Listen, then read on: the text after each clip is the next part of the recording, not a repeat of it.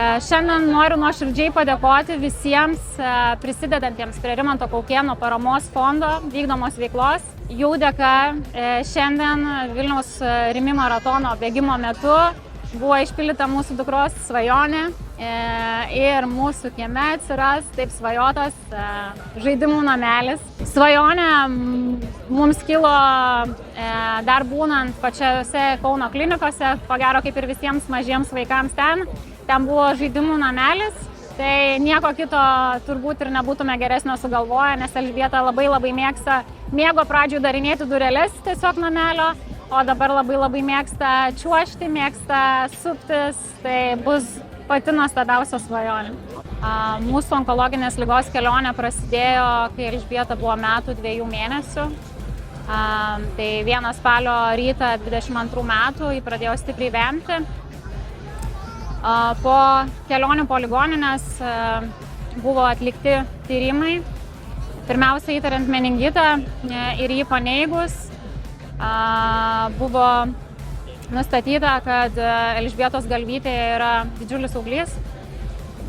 Po operacijos buvom labai laimingi, nes pasitvirtino biopsijos metu, kad auglys yra nepiktybinis. Po 3 mėnesių turėjom sugrįžti pasitikrinti papildomai ir viskas gerai.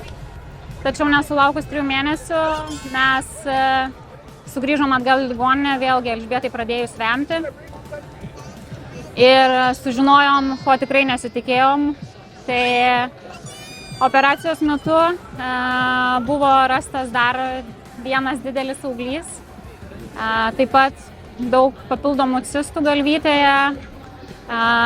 Ir biopsijos tyrimas parodė, kad auglys piktybinis, jai nustatyta pikčiausio laipsnio karcinoma. Tai po operacijų buvo skirtas gydymas, taikytas gydymas, tai chemoterapija bei švytinimas. Gydymo metu taip pat prireikė ir papildomo šunto galvytėje, kuris pašalina galvos smegenų skystį susikaupusi perteklinį į pilvaplėvę. Ir dabar po gydymo jau esame metai remisijoje. Tai labai tikimės, kad sėkmingai ir toliau būsime, esam nuolat tikrinami ir džiaugiamės kasdienybę. Tai labai visiems ačiū. Prisidedantiems, ačiū bėgantiems, ačiū už geras mintis, gerus žodžius, labai esam dėkingi.